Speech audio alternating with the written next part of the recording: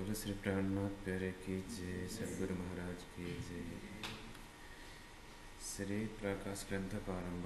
काहीं एड़े पेरे कीधो रास रमिने जागिया, काहीं आपड़ा अवसर फरिने मागिया, फरिने मागिया। प्रणाम।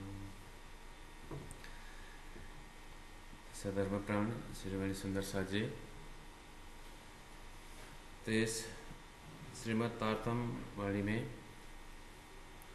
हम सबको विदित है, यहाँ पर 14 ग्रंथ में 18,758 दिव्य वाणी चौपाई है।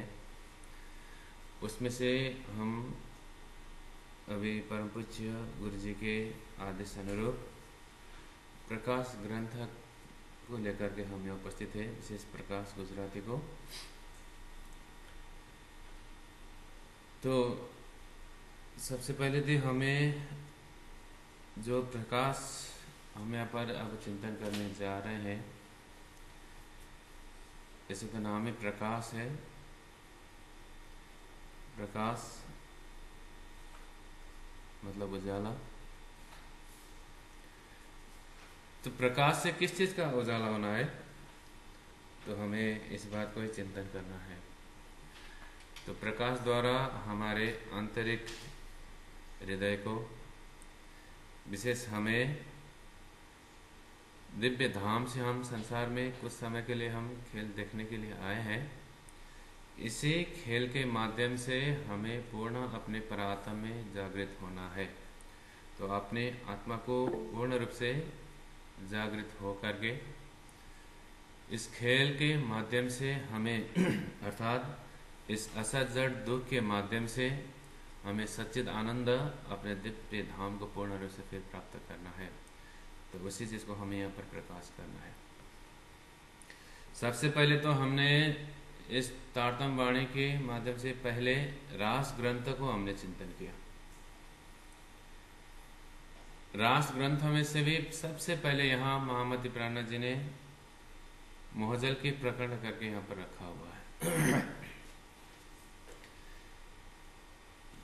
क्योंकि सबसे पहले हमें रास उस दिव्य आनंद को प्राप्ति करना हो, तो आनंद प्राप्ति के लिए और अपने राज्य से सन्मुख होने के लिए, अपने परात्मा में जागृत होने के लिए और फिर पूर्ण अपने राज्य से उस दिव्य स्वरूप को और उस दिव्य लीला को और उस दिव्य धाम में प्रत्यक्ष रूप में जागृत होने के लिए हमें सबसे पहले तो माया से निर्मल होना पड़ेगा। तो जब तक हम माया को नहीं जानेंगे, हम इस संसार को छोड़ नहीं सकते। अर्थात माया से निर्मल होने के लिए भी, अर्थात माया से हम हटने के लिए भी हमें सबसे पहले माया को जानना अत्यंत आवश्यकता है। तो बिना माया को जाने हम माया से हट नहीं सकते हैं, माया से हम निर्मल नहीं हो सकते। तो इसलिए महामति प्राणनाथ जी ने सबसे पहले ही अबे पहला मोहजलनी कहो बात, तेता दुख दिन रात, दावा न लवले कई भात, तेने के टली कहो विख्यात करके पहले मोहजल के विषय में हमें समझाए। तो मोहजल के बाद ही हम फिर अब आगे रास के आनंद में हम प्रवेश कर सकते हैं।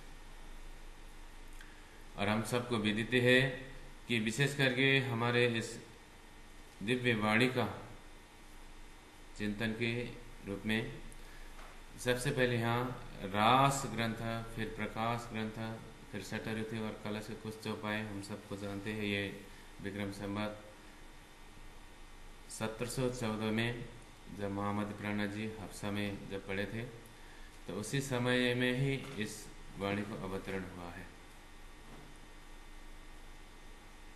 अब यहाँ रास में हमने आनंद का अनुभूति किया। हमने रास से क्या जाना कि आनंद, और रास से हमने राज्य का प्रेम के विषय में हमने जाना, प्रेम क्या है।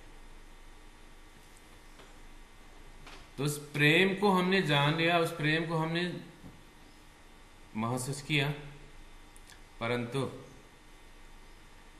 प्रेम तो जाना, लेकिन वो प्रेम रखेंगे कहां। तो उस प्रेम को रखेंगे कहाँ? तो प्रेम रखने वाले कुछ स्वरूप भी तो होना चाहिए।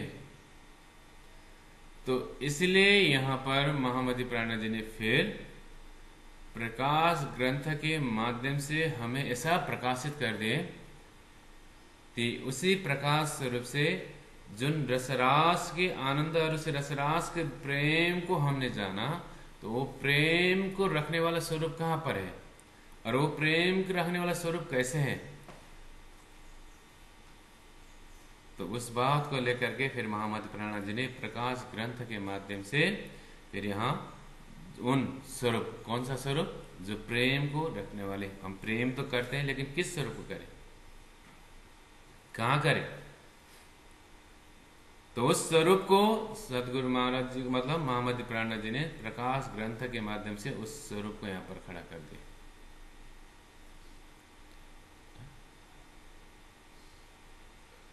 तो वास्तव में उस स्वरूप कौन है कि महामती प्राणा जी कहते हैं कि साक्षात धामधनी स्वरूप स्वयं साक्षात दिव्य धरती में यहाँ सदगुरु के रूप में स्वयं साक्षात धामधनी स्वरूप आए।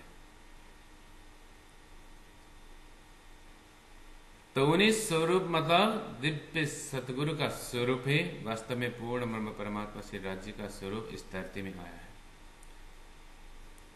तो वितक के माध्यम से हम इस बात को प्रश्न रूप में हम जानते हैं कि साक्षात धामधनी स्वरूप ने सदगुरु को दर्शन देते हुए, तीसरी बार दर्शन देते हुए तुम्हारे अंदर आकर में आए के बैठे हम, तो स्वयं साक्षात धामधनी कहाँ आए, तो शनि श्री देवचंद महाराज जी के हृदय में आकर जब विराजमान हुए, तब से आकर के स्वयं देवचंद महाराज जी सदगुरु के रूप में प्रकट हो गए। तो यहाँ पर देवचंद महाराज जी के अंदर स्वयं साक्षात धामधनी स्वरूप विराजमान है, तो अब वो स्वरूप भी कौन हो गया, साक्षात धामधनी स्वरूप बन गए। तो उसी स्वरूप को ही, धामधनी को, साक्षात स्वरूप को ही यहाँ पर क्या कहा गया है, सदगुरु के रूप में हमने जान लिया है। तो महामती प्राणा जी ने उसी सदगुरु के साक्षात स्वरूप को ही अपने धामधनी के पूर्ण रूप स्वरूप को जानते हुए, तो रसरास से उस प्राप्त किया हुआ, रसरास में जो अनुभव किया हुआ प्रेम अब कहाँ पर रखा, अब सदगुरु के स्वरूप। तो इसलिए वो प्रकाश ग्रंथ जो है, तो ये प्रकाश ग्रंथ को यहाँ गुरु ग्रंथ साहिब करके भी हम जानते हैं।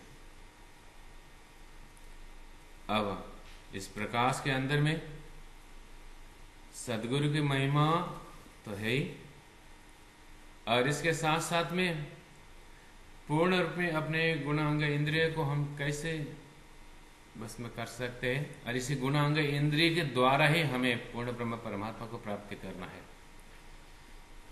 तो हम सबको विदित है कि सबसे पहले जागने की इस अवस्था में हमें पूर्ण रूप में जागृत होने के लिए सबसे पहले तो हमारे इंद्रिय को जागनी होना पड़ेगा, इंद्रिय के बाद फिर मन को जागृत होना पड़ेगा, मन के बाद फिर बुद्धि को जागृत होना पड़ेगा, बुद्धि से फिर चित्त, फिर उसके बाद हम हमारे आत्मा का जागने होता है। अब जाग देख सुख जागनी, सुख सुहागिनी जोग, तीन लीला चौथी घर को, इन चारों को यामे भोग। तो इस प्रकार से हमें यही धरती में, यहीं पर हमें जागना है पूर्ण रूप से। तो इससे पहले हमारे इंद्रिय को जागना पड़ेगा, फिर जब इंद्रिय जागता है तब जाकर के मन जागृत होता है, जब मन जागृत होगा तब बुद्धि जागृत होता है, जब बुद्धि जागृत होगा तब जाकर के हमारे आत्मा जागने की बातें आती है। देखिए, हम चाहते हैं, हम सोचते भी हैं, और बहुत जने हम यही प्रयास भी करते हैं कि सबसे पहले हमारे एक ही साथ आत्मा जागने हो जाए। ऐसा नहीं होता है, एक ही साथ कभी भी आत्मा जागनी नहीं हो सकता है। इसलिए आत्मा जागृत होने के लिए सबसे पहले हमारे इंद्रिय को जागनी होना आवश्यकता है। तो इसलिए यहाँ पर इसी ग्रंथ के अंतर्गत गुण फिरावा का प्रकरण भी यहाँ पर आता है, जिस गुण फिराव के प्रकरण में हमारे जितने भी गुण हैं, उस गुण को हम कैसे अपने परमात्मा की ओर पूर्ण रूप में कुर्बान करवा सकते हैं, किस तरह से अपने नाम, परमात्मा राज्य के नाम, धाम, लीला स्वरूप की ओर हम पूर्ण रूप से समर्पित हो सकते हैं। देखिए, आदि समर्पण होने गुण तो हमारे अंदर है ही, ये पहले से है। समर्पण तो हम सब होते हैं, लेकिन समर्पण कहाँ होते हैं? तो संसार की ओर, शरीर की ओर, व्यवहार की ओर समर्पण तो हम सबके हो सकते हैं, वो भी रहे हैं, है ना? तो संसार की ओर तो सब समर्पण है। तो इसके साथ साथ हमें पूर्ण रूप में अब शरीर संसार को, व्यवहार को अब त्याग करके हमें पूर्ण रूप में अपने आत्मा समर्पण में पूर्ण रूप में निष्ठा होना है। और आत्मा समर्पण में पूर्ण रूप से निष्ठा होकर के अब जब आत्मा भाव में हम पूर्ण रूप में जागृत होंगे, तभी जाकर के हम परमात्मा की ओर समर्पण हो सकते हैं। तो इसलिए हमें सबसे पहले हमारे इंद्रियों को, हमारे गुणों को हमें पहले परिवर्तन करना जरूरी है। तो इसलिए उसको फिराना है। तो ये सब बातें यहाँ पर प्रकाश ग्रंथ के अंदर में इस चीज को यहाँ पर रखा गया है। और आगे जाकर के फिर धनी के गुण गिनने की बातें भी यहाँ पर आते हैं। तो ऐसे बहुत सारे बातें हम अब चौपाई के माध्यम से सुंदर सा जी आगे इसको चिंतन करेंगे ही। यहाँ पर एक एक चौपाई, एक एक शब्द शब्द में हम चिंतन करते जाएंगे। तो ये भूमिकावत रूप में हमने इस चीज को देखा। फिर भी एक बार मैं आपको दोहराने चाह रहा हूँ, जो प्रकाश ग्रंथ जिसका अवतरण का समय है विक्रम संवत 1714 से लेकर 15 के अंदर में, स्थान हफ्सा में इसका अवतरण हुआ है। तो रास, प्रकाश, सठ ऋतु और कलश का 2 चौपाई, ये सब हफ्सा में अवतरण हुआ। उसके बाद आगे जाकर के फिर कलश ग्रंथ जो है, कलश गुजराती, ये महामती प्राणा जी जब मतलब जामनगर से निकलते हुए फिर जब सूरत तक पहुंचते हैं अब 1729 में, तो सूरत में जाकर के अब कलश ग्रंथ भी पूरा हो जाता है। तत्पश्चात फिर महामती प्राणा जी 1735 में हरिद्वार के प्रसंग के बाद फिर अनूप शहर पहुंचते हैं। तो उसी अनूप शहर में वहां पर इसी प्रकाश का और कलश ग्रंथ का, जो यहाँ पर अभी तो गुजराती में अवतरण हुआ था, इसका हिंदी में प्राणा जी अनुवाद करते हैं। तो 1735-36 के अंदर में ये प्रकाश हिंदुस्तानी और प्रकाश कलश हिंदुस्तानी, ये दोनों मतलब अनूप शहर में वहाँ पर अवतरण होता है। उसके साथ साथ में फिर आगे सनंद ग्रंथ जो आता है, तो ये सनंद भी यहाँ अनूप शहर में ही 30 प्रकरण यहाँ अवतरण होता है।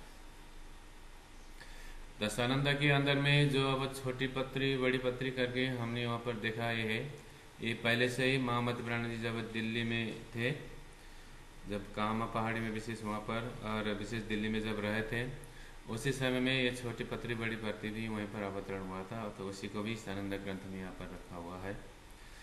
तो ये ग्रंथ जो है इस तरह से 1735-36 के अंदर में यहाँ पर अनूप शहर में प्रकाश हिंदुस्तानी, कलश हिंदुस्तानी और सनंद का अवतरण यहाँ होता है।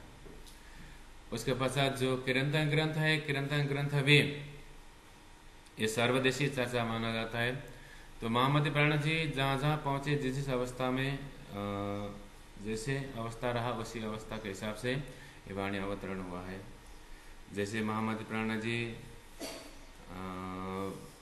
इधर सदगुरु के आदेश अनुरूप 2 ग्रंथ लेने के लिए अहमदाबाद जा रहे थे, तो साबरमती नदी में जहाँ बैल धंस गए थे, तो वहाँ पर एक वाणी अवतरण हुआ था, धोरिणा में माँ दूसरे तारे करके। तो वो प्रकरण वहाँ पर अवतरण हुआ। जब महामती प्राणा जी फिर आरब गए थे खेता भाई को जगाने के लिए, उसी समय भी जो समुद्र में फिर वहाँ पर ही विसराय गिंजु विन्य करके ये प्रकरण वहाँ पर इस तरह से अवतरण हुआ है। तो फिर महामती प्राणा जी इधर आगे में जैसे ठटानगर पहुंच गए, तो वहाँ चिंतामणि को जगाते समय फिर उसके बाद मस्कत बंदर गए तो वहाँ माओजी भाई को अन्य समय रेहो दुनिया बावरी खो तो जन्म गवार। तो चिंतामणि को जगाते समय हो मेरी वासना तुम चलो अगम के पा, सुनो रे सत्य के बंजारे एक बात कहूँ समझाए। जैसा कई प्रकरण यहाँ पर अवतरण होता है। इस तरह से प्राणा जी जहाँ जहाँ पहुंचे इसी हिसाब से अवस्था के हिसाब से किरंधन ग्रंथ में भी कई प्रकरण इस तरह से यहाँ पर अवतरण होता है।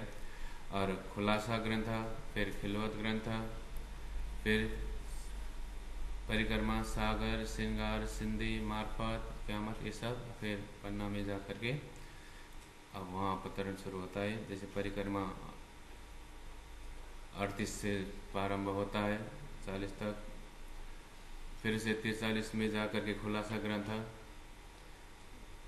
फिर उसमें हिसाब क्यामत नामा 44 में अवतरण होता है। फिर इस हिसाब से 43 से लेकर के 48 के अंदर तक में अब ये सब वाणी इस तरह से यहाँ पर अवतरण होने का समय इस तरह से बताया है। तो उसी हिसाब से हमने यहाँ पर प्रकाश ग्रंथ जो यहाँ पर लिया है, तो प्रकाश ग्रंथ का अवतरण का समय है 1714 से 15 के अंदर, और समय मतलब स्थान हादसा में रहा है।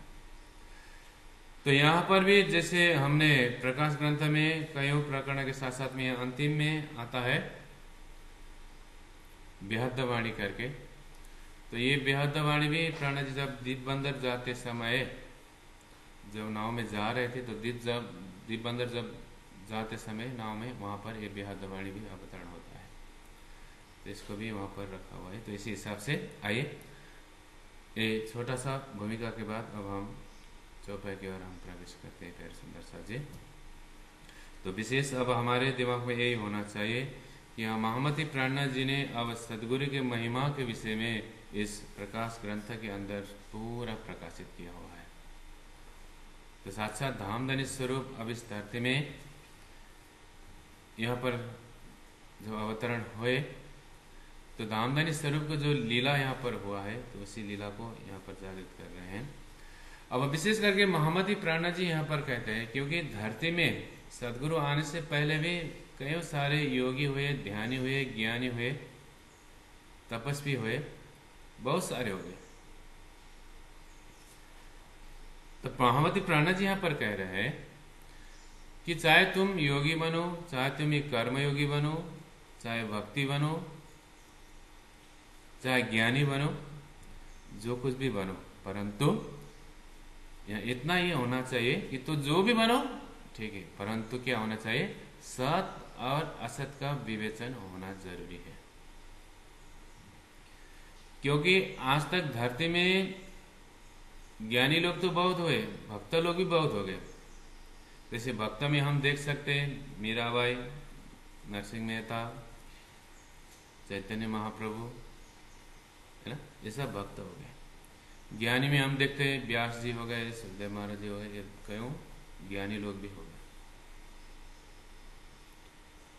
है ना। अब तपस्वी में कई तपस्वी लोग भी हमने देखा हुआ है।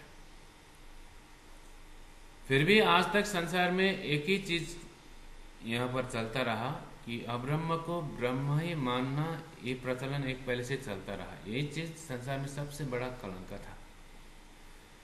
तो उसी कलंक को मिटाने के लिए ही और आज तक सभी को महामती प्राणनाथ जी कहते हैं ना, सुख शीतलो करो संसार, सुख शीतल करो संसार। तो कि संसार में आज तक सुख नहीं था क्या? हाँ, सुख तो था संसार में। कैसे सुख? क्योंकि शरीर संसार व्यवहार को त्याग करके अब कुछ परमात्मा के नाम लेकर के परमात्मा की ओर चिंतन करना, ये सुख तो था, परंतु शीतलता नहीं था संसार में। कैसे शीतलता? एक लक्ष्य रूपी शीतलता, एक मोक्ष रूपी शीतलता संसार में नहीं था। क्योंकि सबने शरीर संसार व्यवहार तो त्याग दिए और अपने लक्ष्य के हिसाब से जिन्होंने चिंतन किया, तो यहाँ संसार में कैसा प्रचलन होते आ रहा था कि जो जहां गए लोचर अपने अपने मुख से जाहिर करे मजल। तो जो जहां तक पहुंच सके उन्होंने वहीं तक का अपना मंजिल अथवा अपना लक्ष्य वहीं पर समर्पण कर दिया। कोई स्वर्ग पहुंचे तो स्वर्ग धाम बता दिया, कोई वैकुंठ पहुंचे तो वैकुंठ ही धाम बता दिया, तो इसलिए अपने अपने हिसाब से, अपने अपने मति से, अपने अपने बुद्धि के हिसाब से उन्होंने अपना लक्ष्य तय किया था। परंतु जितना भी जो हो रहा था, जो अब्रह्म को ही ब्रह्म मानने का ये प्रचलन संसार में चल रहा था, तो उसी प्रचलन को मिटा करके अब वास्तव में पूर्ण ब्रह्म परमात्मा कौन है और पूर्ण ब्रह्म परमात्मा का धाम कहाँ है, को हम कस्यस्ति संसार, है ना, मैं कौन, कहाँ से आया, कौन मेरा भरता। तो इस बात को पूर्ण रूप से खुलासा करने के लिए, क्योंकि ये अनादि प्रश्न है, ये पहले से चलते आ रहा था, जब से सृष्टि प्रारंभ हुआ तब से ये प्रश्न उजागर हो रहा था। तो सबसे पहले नारायण उत्पन्न हुआ, तो नारायण ने भी यही पूछा कि उन्होंने अपने आप को जानना चाहा, न जानने पर असत माना। तो देखिए सृष्टि के शुभारंभ से ही अपने को जानने का, खोज करने की प्रक्रिया चलते आ रहा था, लेकिन फिर भी एक वास्तविक लक्ष्य सबको नहीं मिल रहा था। तो उसी वास्तविक लक्ष्य को उजागर करने के लिए ही यहाँ पर साक्षात आमदनी स्वरूप संसार में प्रकट हुए। तो इसलिए प्राणा जी क्या बोल रहे हैं, तुम जो भी बनो कोई दिक्कत नहीं, लेकिन इतना होना चाहिए कि सत और असत का उजागर होना जरूरी है। तो महामती प्राणा जी ने यहाँ सदगुरु के परिभाषा भी यहाँ पर बताया है कि ऐसे तो संसार में आज सदगुरु सदगुरु कर करके बहुत जने बताते हैं, बहुत सारे लोग आज ऐसे संप्रदाय है जिन्होंने सदगुरु का नाम लेकर के आज संसार में चल रहे हैं। तो महामती प्राणा जी कहते हैं सदगुरु तो बोल रहे हैं कि वास्तव में सदगुरु क्या है, उस सदगुरु का परिभाषा भी तुमको पता है, क्या मालूम है। तो सदगुरु किसको कहा जाता है, तो यहां पर महामती प्राण जी कहते हैं कि वास्तव में सदगुरु कौन है। तो वाणी के माध्यम से प्राण जी ने कहा कि सतगुरु साधु वाको कहिए जो अगम के देवे गम, हद बेहद सब समझावे भाने मन की भरम। तो सदगुरु उन्हीं को कहा जाता है जो अगम के देवे गम, क्योंकि शास्त्र जाकर के कहा अटका, यही अगम करके कहा, वहां जाकर के शास्त्र अटका हुआ। जैसे वेद ने नेति नेति कर गावे, वेद क्या कहा, नेति नेति, और आगे जाकर के अब जब निराकार में जाकर के वेद अटक गया, और उससे परे वेद ने एक संकेत दिया कि उससे परे अगम है, परंतु वेद ने प्राप्ति तो नहीं कर सका, लेकिन संकेत ये छोड़ करके वो फिर वापस आ गया निगम होकर के। तो वेद ने सार रूप में अगम है करके छोड़ दिया, देखाया जरूर लेकिन पकड़ा नहीं पा रहा था। वो तो उसी अगम को जो पकड़ा सकता है वही वास्तव में क्या है, सदगुरु, क्योंकि सत का प्राप्ति सिर्फ सदगुरु करवा सकते। गुरु तो बहुत है ना। गुरु का मतलब क्या होता है, गुरु अंधकार से मिटाने वाला, लेकिन गुरु ने अंधकार से मिटा तो लिया, लेकिन यह सतगुरु करके कहा गया जिसने सत्य का उजागर किया, जिसने सत्य को पकड़ाया और इस अंधकार को पुनः से मिटा करके उस सत्य के प्रकाश को जिसने उजागर कर सकता है, वही वास्तव में सतगुरु है। तो वास्तव में अंधकार क्या है, तो इस हद ही वास्तव में अंधकार है, क्षेत्र ब्रह्मांड ही वास्तव में अंधकार है। तो इस क्षेत्र ब्रह्मांड के अंदर अपने लक्ष्य रखना ही अंधकार है। तो जो क्षेत्र ब्रह्मांड से अपने लक्ष्य को मिटा करके, जिस तरह से गीता ने कहा 15 अध्याय में कि द्वाभिमो पुरुषो लोके क्षर अक्षर एव च क्षर सर्वाणि भूतानि, क्षर तो नाश हो जाता है, तो इस क्षर से भी परे कुटस्थ अक्षर है, और उस कुटस्थ अक्षर से भी परे उत्तम पुरुष है। तो उन्हीं उत्तम पुरुष को ही क्या कहा जाता है, परमात्मा करके कहा जाता है करके बोला।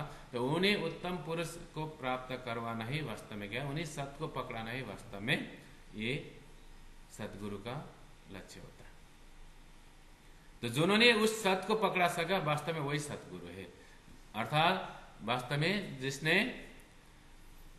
उस सत्य लक्ष्य को प्राप्त, जैसे भागवत ने सच्चिदानंद रूपाया करके बताया, तो उस सच्चिद आनंद अनंत अद्वैत साकार प्रेम जीवन सुंदर 9 गुण को जिसने उजागर कर सका वही वास्तव में सतगुरु है। तो उस बेहद को अथवा जिन अगम को जिसने प्राप्त करवा सका ना, तो उसी को सतगुरु करके कहा। लेकिन आज तक धरती में सतगुरु आने से पहले जिन्होंने भी यहाँ पर अपने लक्ष्य तय किया, उस वेद के आधार पर ही उन्होंने लक्ष्य तय किया।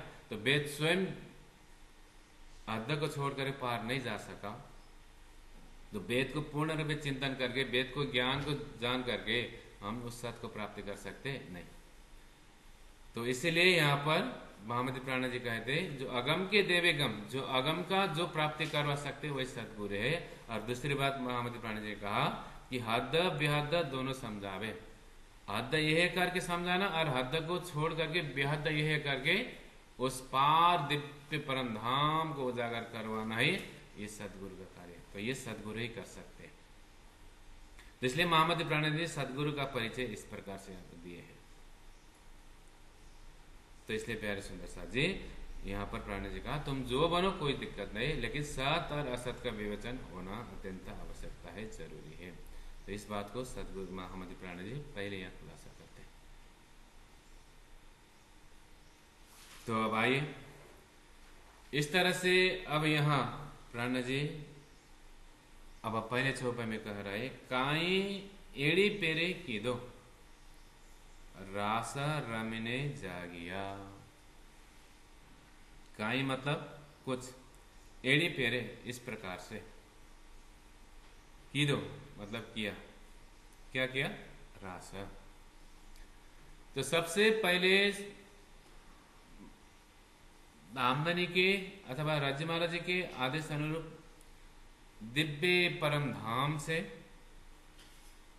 हम राज्य महाराज जी के जो सत के अनेकों कला में एक कला जो अक्षर ब्रह्म है, तो उन्हीं अक्षर ब्रह्म का खेल जो असत जड़ दुख का जो खेल है, तो खेल देखने के लिए हमने राज्य से परम धाम में अर्जी किया। तो राज्य महाराज जी के आदेश और हुक्म द्वारा फिर इस सृष्टि को अक्षर ब्रह्म के माध्यम से सृष्टि को उजागर करके फिर हमें सबसे पहले कहाँ ले आए, इस धरती में सबसे पहले ब्रज की भूमि में। तो ब्रज की भूमि में 11 वर्ष 52 दिन के जो लीला के पश्चात फिर हम कहाँ पहुंचे, रास में। तो रास में जाकर के फिर हम रसरास का उस आनंद रसरास को हमने वहां पर किया। तो इसलिए काई एड़ी पेरे किदे रास, तो इस प्रकार से हमने रास किया। कैसे रास किया, तो सबसे पहले तो हम ब्रज में आए। ब्रज में 11 वर्ष तक हमने संयोग लीला किया।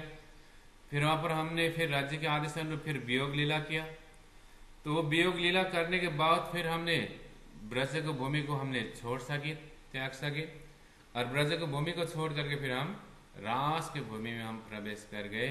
तो इस योग माया के ब्रह्मांड के अंदर फिर हमने वहां पर अनंत अनंत लीलाएं हमने रास में किया। तो काए एड़ी पेरे की दो, कुछ इस तरह से हमने रास में क्या किया, के अंदर इस तरह से रास के लीला किया। अब जब रास हुआ तो हम सबको ये तो विदित ही है, रास के अंदर पहुंचने के बाद भी वहां पर भी सम्योग और वियोग दोनों लीला होता है। जब कृष्ण अंतर ध्यान हुए तो वहां पर वियोग की लीला होगा। जब कृष्ण अंतर ध्यान होने के बाद फिर अक्षर ब्रह्म धाम में अक्षर को जगा करके फिर अक्षर को रास का अनुभूति करा करके फिर अक्षर के माध्यम से फिर अब आगे जा करके बुद्ध अवतार का जागरण होने अथवा बुद्ध अवतार का जागृत होने के लिए वहां पर जागृत बुद्धि का संकलन वहां पर होता है। तो ये सब कार्य कारण महाकारण हम रास के अंदर से देखने के बाद अब रमिने जागिया।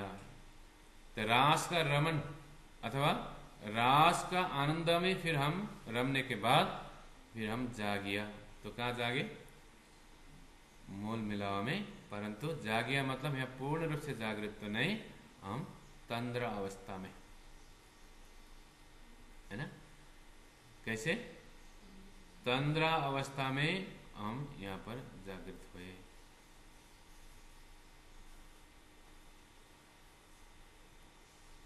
तो काई एड़े पेरे की दो रास, इस प्रकार से हमने कुछ इस प्रकार से हमने रास में रमन किया।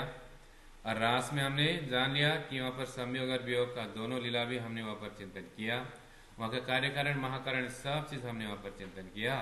पर रमिने जागिया, इस प्रकार से हमने क्या किया, अब फिर यहाँ से अपने परात्म में जागृत हुए। लेकिन किस अवस्था में, तंद्र अवस्था में। तो तंद्र अवस्था में हम वहां पर जागृत हुए। देखना यहाँ पर राज्य महाराज जी के हृदय में सब कार्य कारण महाकारण सब वहां पर है। राज्य महाराज सब जानते हैं क्योंकि ये सारा व्यवस्थापन करने और सारा इस बात को उजागर करने वाला ही स्वयं राज्य महाराज जी है। जैसे हम एक कोई फिल्म बनाते हैं तो फिल्म बनाते समय डायरेक्टर को तो सब पता होता है ना, आगे फिल्म दुखांत होना है सुखांत होना है, वो सब चीज पहले से ही डायरेक्टर पता चल जाता है। तो इसी प्रकार से अब आगे जाकर के क्या क्या होना है ये सब चीज क्या है राज्य महाराज जी को पहले से पता है। तो इसीलिए यहाँ पर राज्य महाराज जी ने सखियों को कहां जाकर रखा है, इस अवस्था में, तंद्रावस्था में अभी मूल मिला में रखे हो, पूर्ण रूप से जागृत नहीं करवाए, क्योंकि आगे का कार्य कारण महाकारण सब राज्य को पता है। जैसे गुरु जी बताते थे, तो कोई मतलब घर में बच्चे हैं, तो बच्चे हैं तो पिताजी ने वो बिस्कुट लेकर आए, तो बिस्कुट लेके आएंगे तो दो पुड़ा है ना, बिस्कुट लेके आए दो ठो, तो दो ठो बिस्कुट लाने के बाद फिर जब दोनों दे रहे थे तो माता जी बोलती है पहले से, अरे अरे अभी दोनों मत देना, खाली एक ही देना, क्योंकि फिर बाद में फिर ये क्या करेगा, हा? बाद में फिर क्या करेगा, फिर झगड़ा करेगा, तो उस समय फिर इसको देना पड़ेगा ना, इसलिए अभी दोनों मत देना, खाली एक ही देना करके बता दे ना। तो आगे क्या करेगा कैसे करेगा वो माता को सब पहले पता है कि नहीं, पहले से उनको क्या। इसी तरह से अब आगे जाकर के सखियां भी क्या करने वाली कैसे करने वाली वो राज्य को सब पता है, तो अभी क्यों जागृत नहीं करवा रहे, तो जागृत कराएंगे तो फिर यहाँ पर एक झगड़ा होने वाला है ना, अभी जागृत कराएंगे तो फिर एक झगड़ा होगा। तो जिस उद्देश्य से हम संसार में आए थे, किस लिए आए, वो असत जड़ दुख खेल देखने के लिए तो हम संसार में आए हैं, तो क्या देखा, देखा असत जड़ दुख देखा,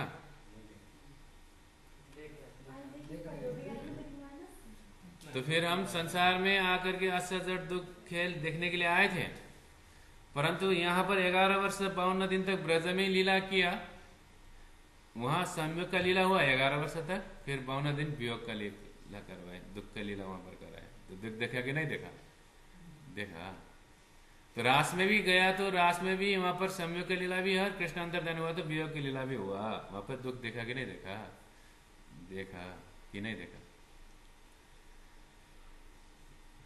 तो देख भी लिया, नहीं देखा बोलेंगे तो देख लिया, 52 वर्ष वियोग करवाए थे, दुख तो देखा है, रास में भी कृष्ण अंतर्धान हुआ तो वहां पर भी देखा है, परंतु ब्रज और रास में दोनों में दुख तो देखा लेकिन अनुभूति नहीं हुआ।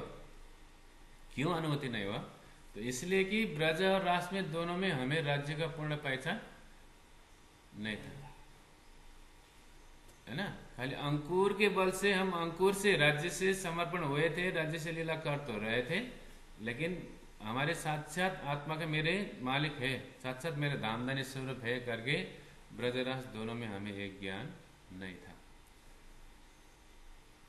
तो इसी कारण है ना, इसीलिए इसी कारण हमें ब्रज और रास दोनों में पूर्ण रूप से दुख का अनुभूति करवाने के बावजूद भी नहीं हुआ ना। जब अपने धामधनी है करके पहचानी नहीं है तो क्या दुख, मतलब प्रेम का अनुभूति होगा, ठीक है ना।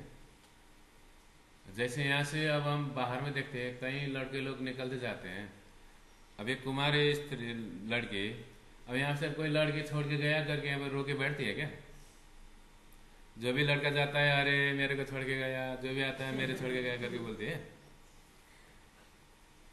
नहीं ना। परंतु उसी जगह में उसका विवाह हुआ और उसको पति ने छोड़ के चला गया, तब वो कह सकती है हाँ मेरे को छोड़ के गया करके वो रो सकती है। लेकिन जब उसका पति है करके उसको ज्ञान ही नहीं, तो कौन लड़का चले जाते जाते हो, सब आते तो रोते रहते हैं। तो ब्रजरास में भी ये अवस्था है कि वहां पर भी मेरे धामधनी है करके तो पूर्ण पहचान नहीं था ना, तो धामधनी है करके मेरा आत्मा का मालिक मेरा पति है करके पता ही नहीं, तो उसमें वियोग क्या होता है। इसलिए वहां पर इसी कारण से, क्योंकि वहां पर संबंध का ज्ञान नहीं था, संबंध का बोध नहीं था। क्यों नहीं था, क्योंकि वहां पर संबंध बोध कराने वाला ज्ञान नहीं था, इसलिए ब्रजरास में दोनों में क्या नहीं हुआ, अब वहां पर अनुभूति नहीं हुआ, तो रमिनी जाग गया। इसलिए रमण करके हम जागृत तो हुए, लेकिन किस अवस्था में? तंद्रा अवस्था में वहां पर जागृत कराया।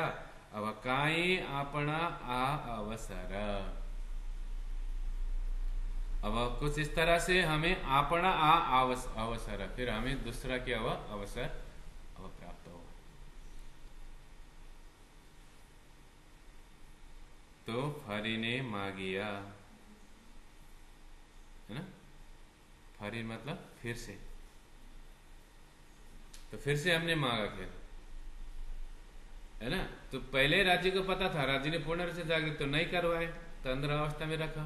क्योंकि अभी कहा ना, माता को पता है कि अभी 2 ही ब्रैकेट अभी देंगे तो अभी खा लेगा, थोड़ी देर तो चुप रहेगा, फिर बाद में फिर झगड़ा करेगा, तो इसलिए पहले से रखिएगा। इसी तरह से राज्य को भी पता है कि आगे जाकर के सखियां फिर झगड़ने वाले हैं, तो इसलिए इनको पूर्ण रूप से अब जब तक परमधाम का पूर्ण ज्ञान नहीं होगा तब तक अपरमधाम में जागृत कराना, ये बाद में जाकर के फिर झगड़े के कारण बन जाएगा। तो इसलिए काई आपना आ अवसर, फिर इस प्रकार से फिर क्या हुआ? वो अवसर यहाँ पर प्राप्त हुआ। कैसे अवसर? कि इस धरती में हमें सबसे पहले तो प्राणजी वाणी में किरंदर में क्या कहते हैं? वृथा का निगमरे पामी पदार्थाचार उत्तम मान खंड भरतनु श्रेष्ठ कुले सिरदार, 4 पदार्थ पाए अमलक सुवृथा क्यों हारो, मनुष्य तन दुर्लभ साधो सो क्यों भूल गुजारो, है ना? तो इस तरह से यहाँ पर मोहम्मद प्राण जी कह रहे हैं कि यहाँ पर ये अवसर, कौन सा अवसर? जो ये 4 पदार्थ जो हमने प्राप्त किया, ये हमारे लिए बड़ो अवसर है। तो सबसे पहले तो मनुष्य तन प्राप्त करना ये सबसे बड़ा अवसर है। आज 84 लाख योनि में कोई कीड़ा मकोड़ा मतलब होकर के, है ना, कीट पतंग होकर के, पतंग होकर के संसार में तो कोई घूम रहा है लेकिन उसमें से सबसे बड़ा अवसर, सबसे बड़ा मौका क्या है? मनुष्य तन प्राप्त करना, ये सबसे बड़ा अवसर है ये हर कोई को प्राप्ति नहीं होता।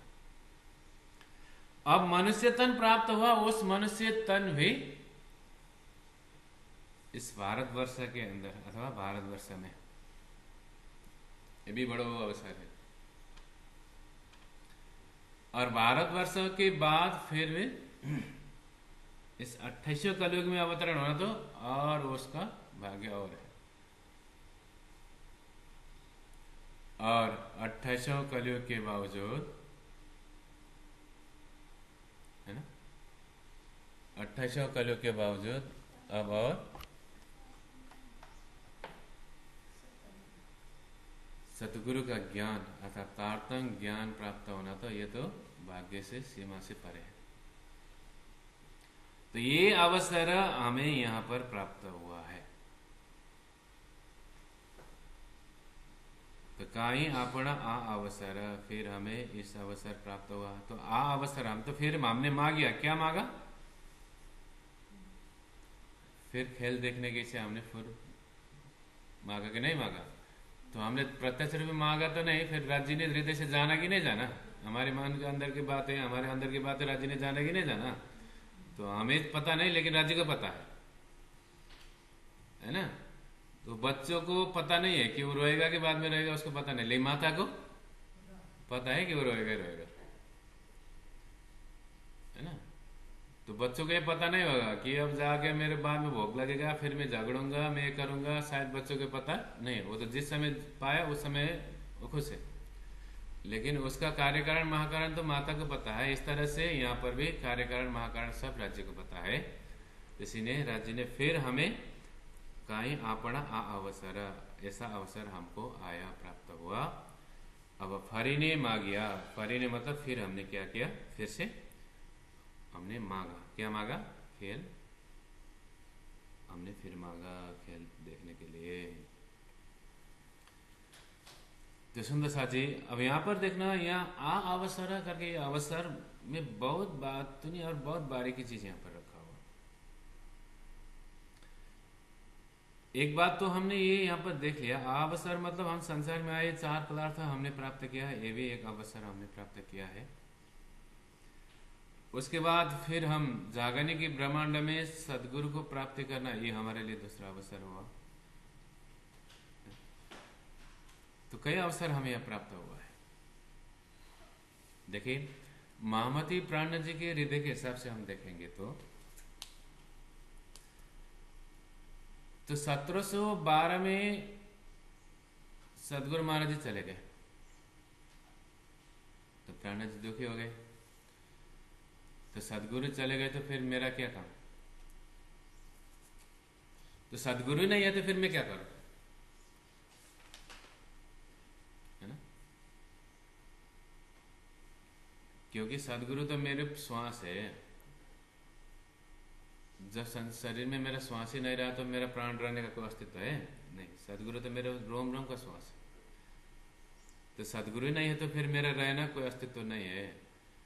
तो फिर महामती प्राण जी कह रहे, तो 1712 में जब सदगुरु चले गए फिर अवसर, फिर अवसर कब आया?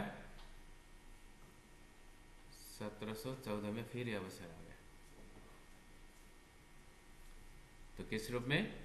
अब वाणी के रूप में। क्योंकि सारा वाणी अवतरण कौन करवा रहा है? स्वयं सदगुरु ही मेरे अंदर में रह करके स्वयं सदगुरु ने वाणी अवतरण कर रहे हैं।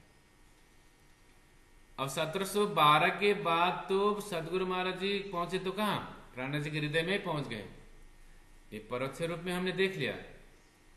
लेकिन अब सदगुरु महाराज जी का वास्तविक प्रत्यक्ष रूप में प्रकटीकरण कहां हुआ?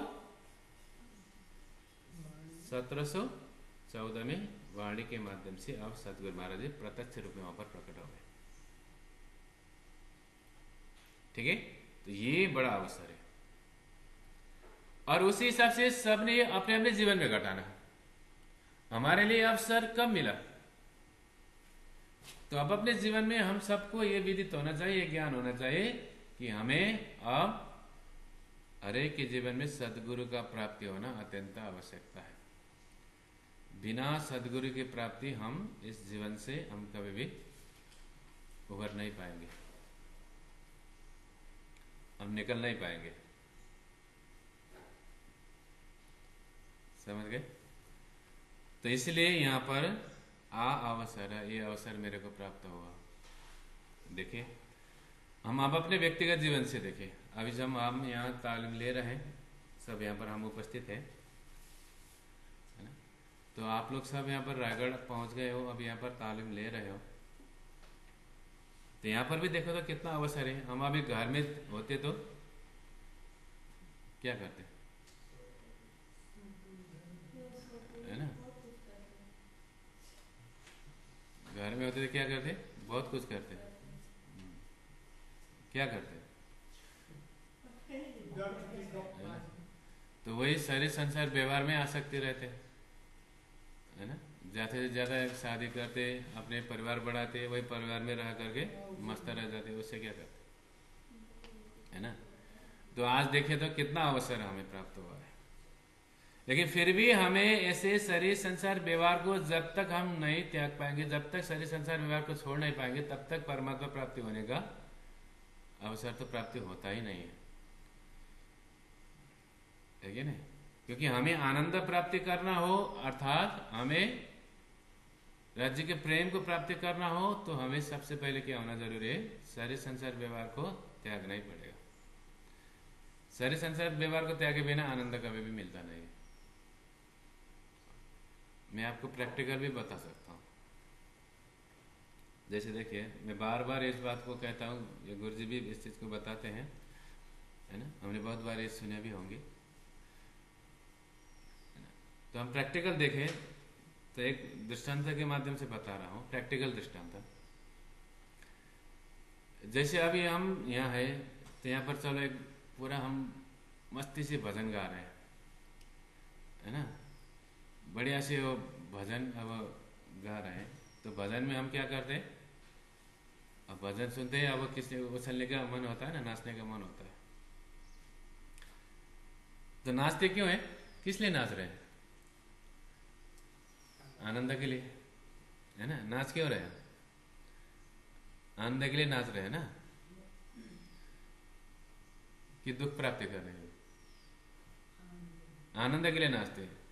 तो जब हम नाच रहे हैं तो नाचते समय हमें, अरे नाच तो रहे हैं, लड़का स्कूल से आया होगा, अब क्या कर रहा होगा करके बोलेंगे तो आनंद आ रहा है।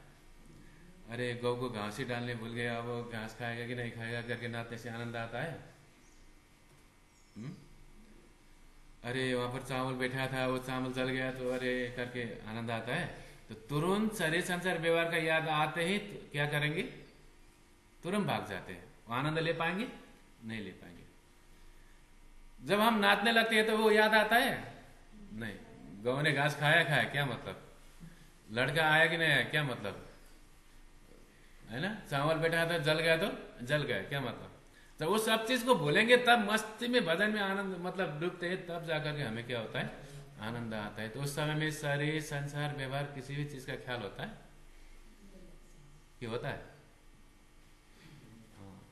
बस तो गोड़ा मतलब बहुत मतलब पैर दर्द कर रहा है क्या, नाचो कि ना नाचो करके बोलता है क्या,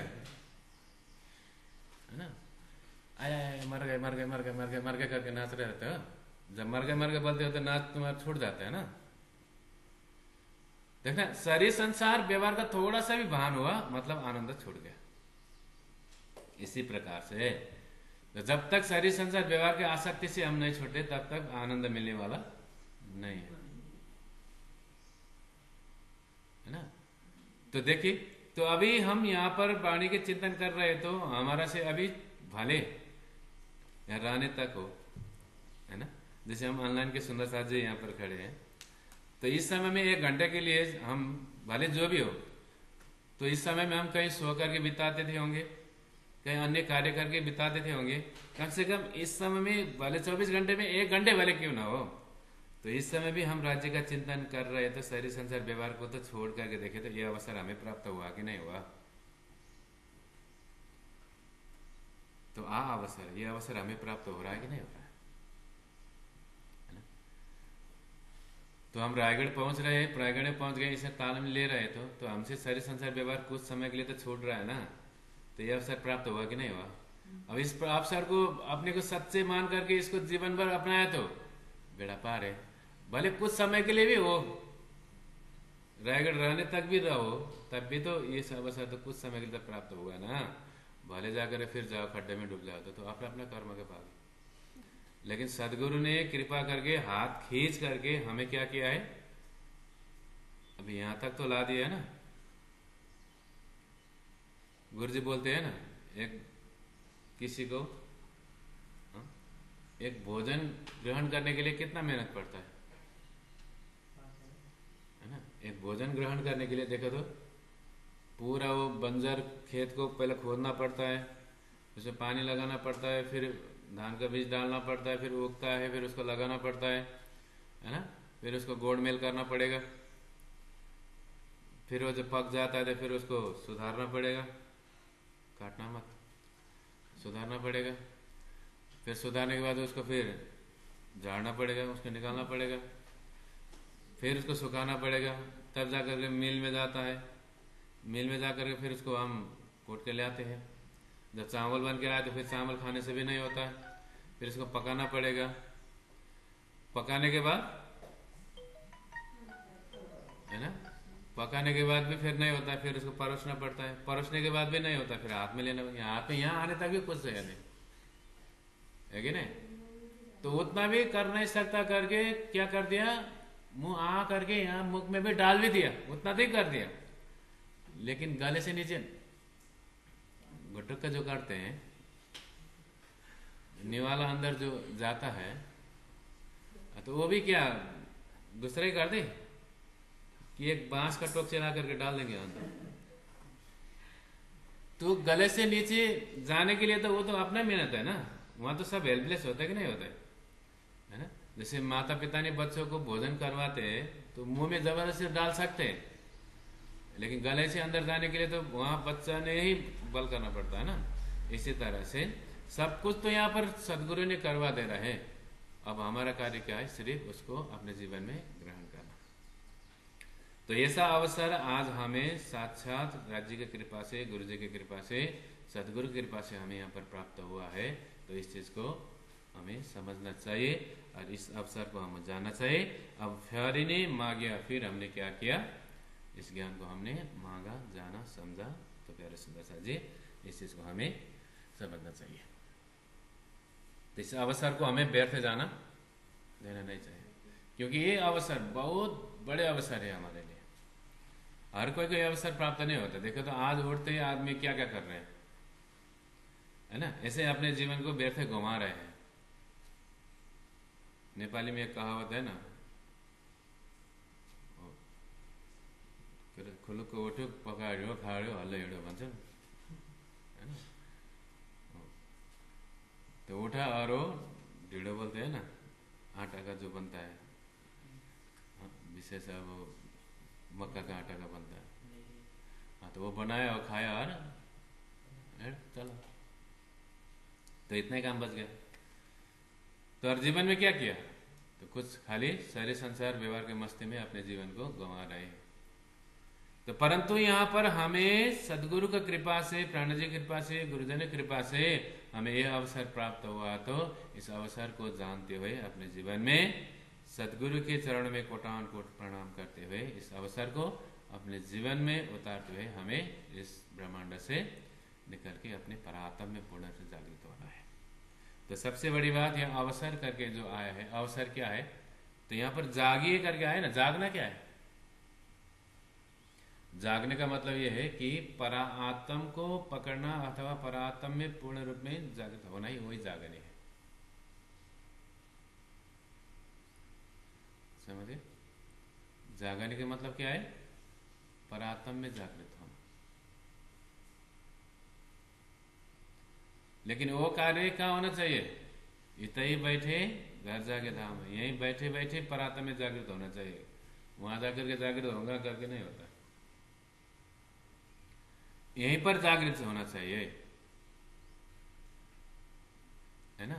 जैसे गुरुजी बोलते थे ना, जैसे हमें प्यास लग गया तो पानी अभी पिएंगे तो क्या प्यास 3 दिन के बाद मिटेगा। भूख अभी लगी है तो भोजन करेंगे तो क्या भूख 2 दिन के बाद मिटेगा, नहीं। तो तुरंत होना चाहिए कि नहीं चाहिए, तो तुरंत जैसे होगा तो हमें भी जागृत तुरंत यही होना है।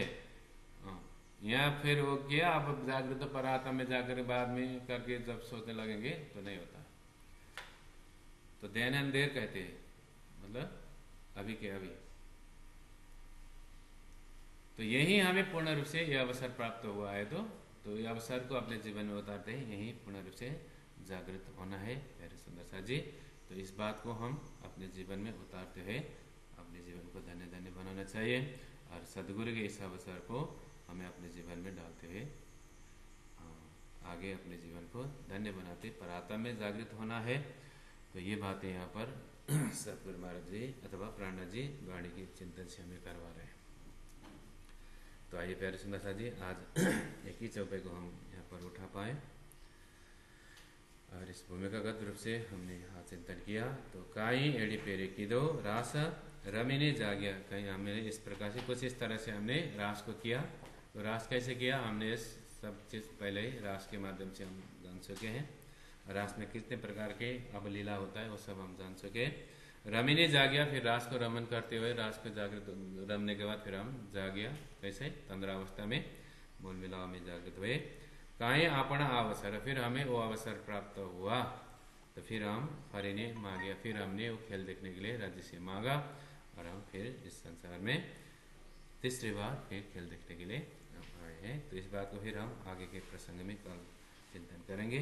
तो आज का समय पूरा हो गया है। तो आइए चौपाई दोहराते हुए आज के प्रसंग को यही विराम करते हैं। बोलो श्री प्राणनाथ प्यारे की। काएड़ी पेरे की दो रास